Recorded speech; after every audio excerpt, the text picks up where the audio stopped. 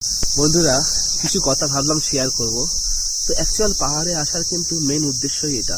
একদম শুনশান চারিদিকে, খুবই কম লোকজন।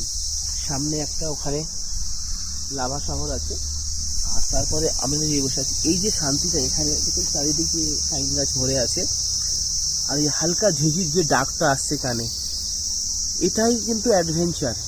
এটাই লাইফে চাই, যে একটু শান্তি। সারাক্ষণ কলকাতার জমজট থেকে বেরিয়ে এসে এই যে একটু পাহাড়ে ঘোরা, 2 দিন 3 দিন যে ঘোরা, এটা একটা মনের শান্তি।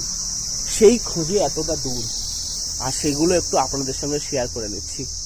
ইউটিউবে ছাড়ার কারণটাই হচ্ছে এটা, যে ইউটিউবে থাকলে স্টোরেজ হয়ে থেকে গেল, আজ নাই ভবিষ্যতে বয়সকালে দেখবো আর মনে মনে ভাববো যে আমরা কোথায় না কোথায় ঘুরেছি।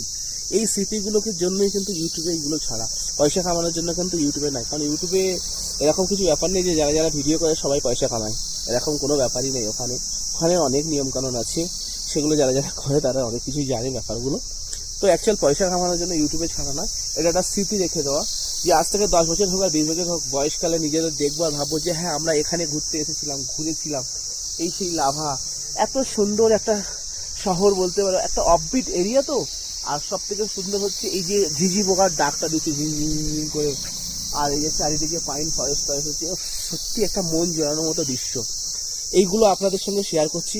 ভালো যদি লাগে অবশ্যই একটা করে লাইক করো, জায়গাগুলো যদি পছন্দ হয় অবশ্যই লাইক করে কমেন্ট করো, আর চ্যানেলে যদি নতুন হয়ে থাকো তাহলে অবশ্যই সাবস্ক্রাইব করে নিও, কারণ এই ধরনের ভিডিও আমার চ্যানেলে সবসময় আসতেই থাকবে। তো টাটা ভাই, আবার নতুন কোনো জায়গার খোঁজ করে সেখানের দিকে এগিয়ে যাই।